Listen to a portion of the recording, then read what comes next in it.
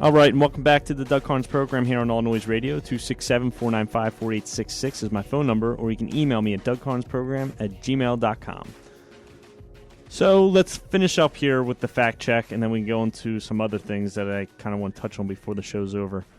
All right, so AP goes on to say lower-income households will pay less. For example, households making between $40,000 and $50,000 will pay an average of 12.5% of their income in federal taxes. Households making between $20,000 and $30,000 will pay 5.7%.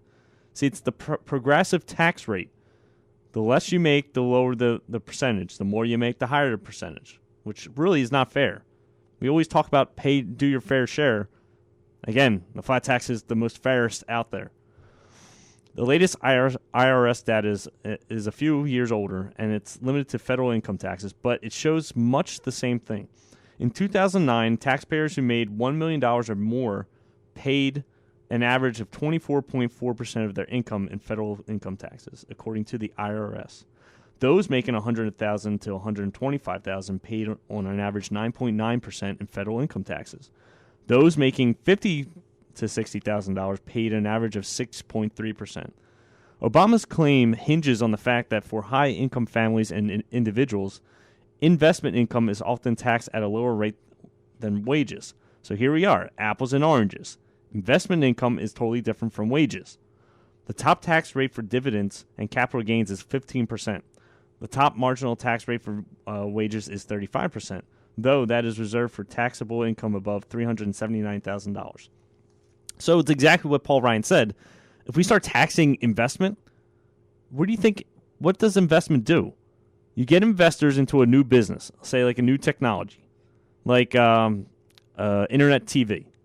All right, so we're not there exactly yet for internet TV. It is the future. But say a entrepreneur comes along and says, hey, I have an idea for internet TV. It's going to be great. We just need some capital to start it. Well, you get some investors, and they invest in your company, hoping that it'd be successful so they can make money off of it. So they get their investment back plus more. That's the whole point of investment. Sometimes you lose it. Sometimes the company goes under, and then you lose all your investment. But hopefully, if you're smart enough and you invest in the right company, they're successful, you actually make money off of it. So that money you make off that company, off that investment, you can only be taxed at a high rate of 15%. So they're comparing apples and oranges. The secretary is probably paying 18%, depending on where she lands on the tax bracket and what kind of secretary she is. You know, if she's a high-paid secretary for like a banking firm or something. So you can't compare an 18% wages tax to a capital gains tax. It's two different things. They're not wages. It's an investment. So if we start taxing investment, where do you think what's going to happen? If we raise that, nobody's going to invest because it might not be worth it. The success of the company might not be enough money to counteract the taxes. So you're not going to have entrepreneurs. You're not going to have new jobs created. And it's going to stifle the economy. It's very simple. Every little thing the government does with raising taxes or spending hurts the economy. And the economy becomes less self-sufficient, I'm sorry. So, all right, we'll end there with the fact check. I kind of want to touch on also, but we might have to save this for next week. The president came out with his own jobs bill, and it turns out in hidden language that nobody's paying attention to is actually taking states' rights away and actually violating the Constitution, the constitutional rights for the states. And for some reason, if this Jobs Act goes through, it is highly unconstitutional. And I think we will touch on this next week on the show because it needs some time to explain it and go through it and show you how it's taken away constitutional rights. And it goes back to what us Tea Partiers and others have been saying, that this president and most socialists and Marxists like him want to take all rights away from people. They eventually want to do it. They're not going to do it with this president. They don't have enough time. They don't have enough popular opinion to do it. But see, what they do is they chip away piece by piece by piece. So they'll take little rights away with this Jobs Act, and give it another 20 years, we won't have many rights left for us to even use. So I think we're definitely going to have to use a segment next week to touch on that. But as you all know, that my last segment usually has a little random news sometimes in it if it's a slow news week. And I kind of want to touch on this headline here. It reads, U.S. couple wins a $4.5 million in wrongful birth lawsuit. Now, I said that correctly. Wrongful birth lawsuit. After claiming they would have an aborted disabled son. This is just atrocious, just even when I saw this today on theblaze.com. Article goes on to say, many times wrongful death is at the root cause of a lawsuit. But what happens in the case of a wrongful birth charge? In West Palm Beach, Florida, a couple sued a doctor and an ultrasound technician for negligence. The two claimed that they would have aborted their son, who was born with no arms and only one leg, had they known about his disabilities beforehand. Just to stop right there, how atrocious is this?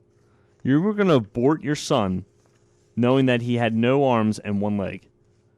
Like, that is, God help you. First of all, abortions, I don't even understand abortions, let alone that you would abort your son only because he had no arms and one leg.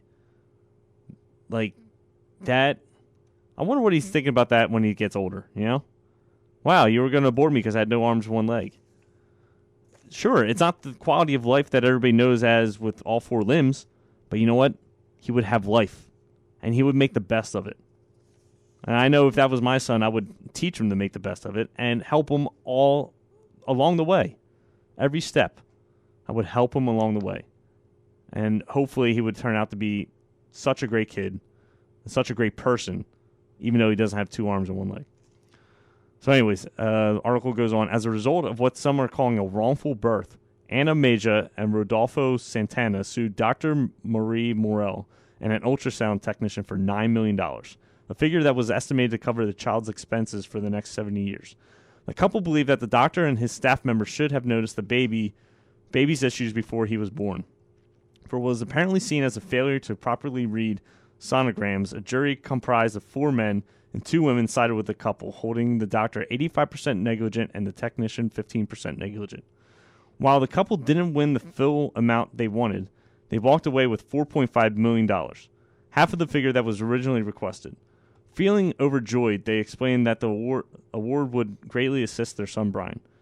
Attorney Mark Rawson, who represents Morel and the responsible clinics, says that the losing party will appeal. According to Rosen, the couple had refused any technology which may have helped to predict Brian's problems before his birth.